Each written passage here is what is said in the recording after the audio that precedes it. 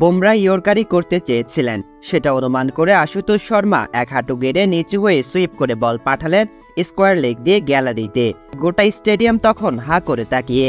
Match শেষে জহির খান বলেই ফেললেন, এ যাবৎ বুমরার বলে এমন সুইপ শট খেলার সাহস আমি কারোরই দেখিনি। এবারের আইপিএলের সর্বোচ্চ উইকেট শিকারীর ওভার প্রতি রান খরচ যার 6-এরও নিচে, সেই বুমরার বলে আশুতোষ শর্মা সুইপে ছক্কাটি মেরেছেন বৃহস্পতিবার মুম্বাই বনাম পাঞ্জাবের ম্যাচে। শুধু ওই একটি নয়, মুম্বাইয়ের বিপক্ষে পাঞ্জাবের এই অখ্যাত ব্যাটসম্যান ছক্কা মেরেছেন গুনে গুনে মোটে 60টি।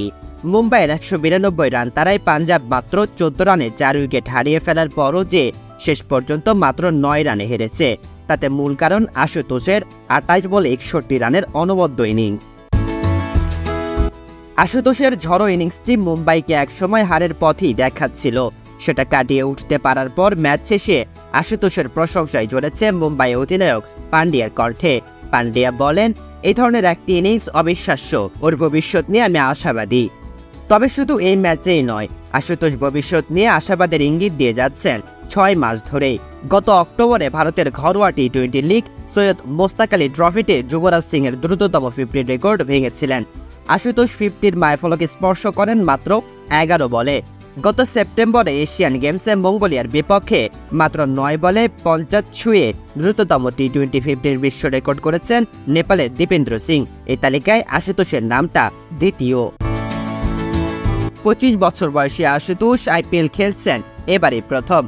যদিও বয়স অনুসারে আরও আগেই তার আইপিএল দলগুলোর নজরে পড়ার কথা ছিল। মধ্যপ্রদেশের বয়সভিত্তিক দল হয়ে 2018 সালে সৈয়দ মোস্তাক আলী ট্রফিতে অভিষেক হয়েছিল আশুতোষের। সে মৌসুমে 3টি 50 সহ রান করেছিলেন 233, যা তার দলের দ্বিতীয় সর্বোচ্চ।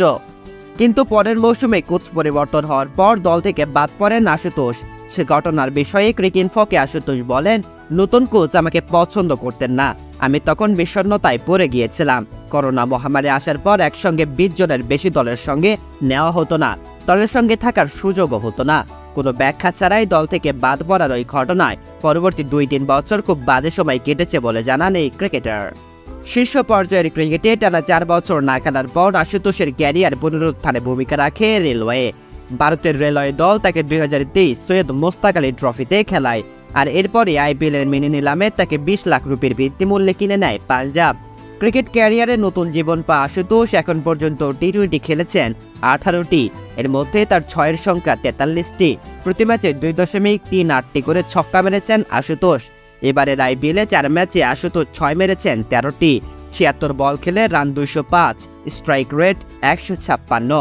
বুমরার বলে সুইপে 6 বা যুবরাজের রেকর্ড ভাঙার ঘটনা কেউ যদি মনে নাও রাখে, ছক্কার সামর্থ্য হলেও এই আশুতোষ নিজেকে চিনিয়েই যাবেন, লক্ষণ কিন্তু এমনটাই বলছে।